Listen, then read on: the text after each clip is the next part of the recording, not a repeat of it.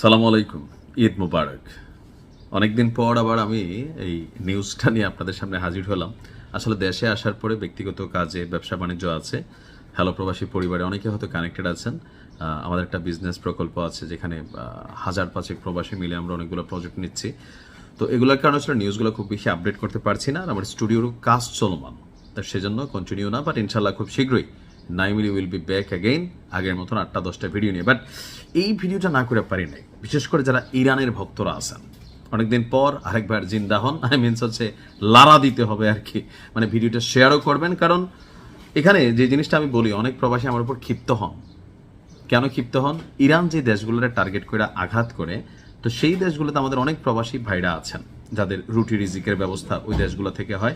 স্বাভাবিকভাবে ওই দেশগুলোতে কোনো রকম আক্রমণ হলে আমরা টেনশন করি, কিন্তু বিষয়টা হচ্ছে কি যে ইরানের সাথে যে লড়াইটা মার্কিন যুক্তরাষ্ট্রের, ইরানের সাথে যে লড়াইটা ইসরায়েলের, সেই লড়াইয়ে আমাদের আরব রাষ্ট্রগুলোর মধ্যে যারা ক্ষমতাধর শক্তিশালী ব্যক্তিত্বরা আছেন, তারা এটার মধ্যে টেকনিক্যালি ইনভলভ হয়ে গেছেন এবং কি তলে তলে ইরানের বিরুদ্ধে অনেক ধরনের তারা কর্মকাণ্ড চালিয়েছেন। আর অ্যাজ এ রেজাল্ট মার্কিন যুক্তরাষ্ট্রকে শিক্ষা দেওয়ার জন্য ইরান বরাবরই কয়েকটা আরব রাষ্ট্রকে টার্গেট করে। এর মধ্যে হচ্ছে কুয়েত এবং বাহরাইন।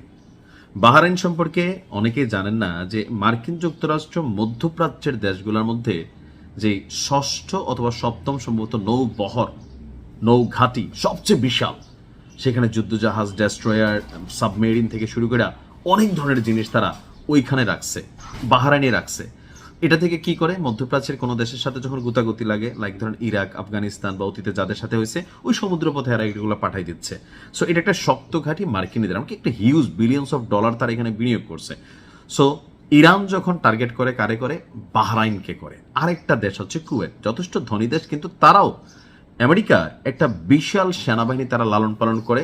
এখানে মার্কিন যুক্তরাষ্ট্রের নেভাল ফোর্সের একটা বিশাল যুদ্ধ বিমান ঘাঁটি আছে। তো ইরানের যখনই ঘটনা ঘটে, তারা কিন্তু কুয়েত, বাহরাইন, কাতার, এই 3টা দেশকে, আর মাঝখানে আরব আমিরাত একটু মনে হয় কমছে। তো যাই হোক, আজকে হরমুজ প্রণালী নিয়ে যে দীর্ঘ লড়াই চলছে, এখানে ইরান এখনো নিজস্ব কন্ট্রোলিংটা বজায় রাখছে। যুদ্ধবিরতির মধ্যেও ইরানকে বস ডাকা সবাই চলা লাগতেছে। তো ইরানকে যেন বস না ডাকে, এজন্য করছে কি, ইরানের ড্রোনকে আপনার ভূপাতিত করছিল মার্কিন সামরিক বা তাদের যে বাহিনীরা আছে। অ্যাজ এ রেজাল্ট আপনার কয়েক ঘন্টার মধ্যেই ধর তক্তা মার পেরেক, অর্থাৎ খেলা হবে নগদে। কারণ প্রতিশোধ বেশি দিন চলে গেলে কি হয়, এটা দমায় যায় বা কমা যায়।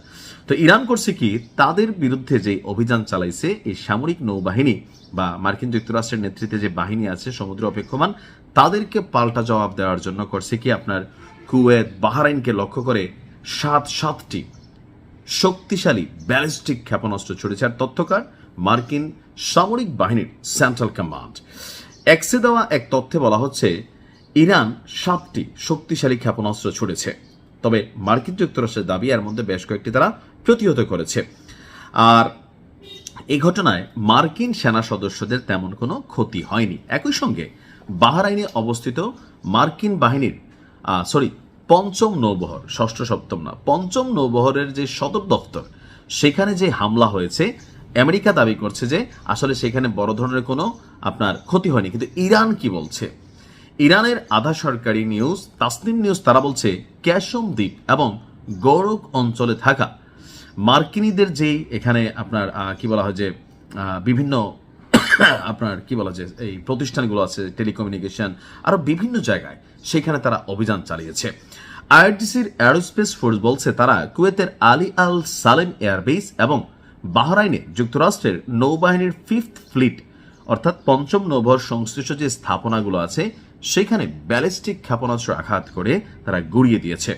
এছাড়া ভবিষ্যতে ইরানে যদি কোনো সামরিক পদক্ষেপ নেওয়া হয়, তাহলে সিস্টেমকে তারা মাইকা বাপ করে দিবে, অর্থাৎ মেশিন থাকবে কিন্তু সেখান থেকে আওয়াজ হবে না।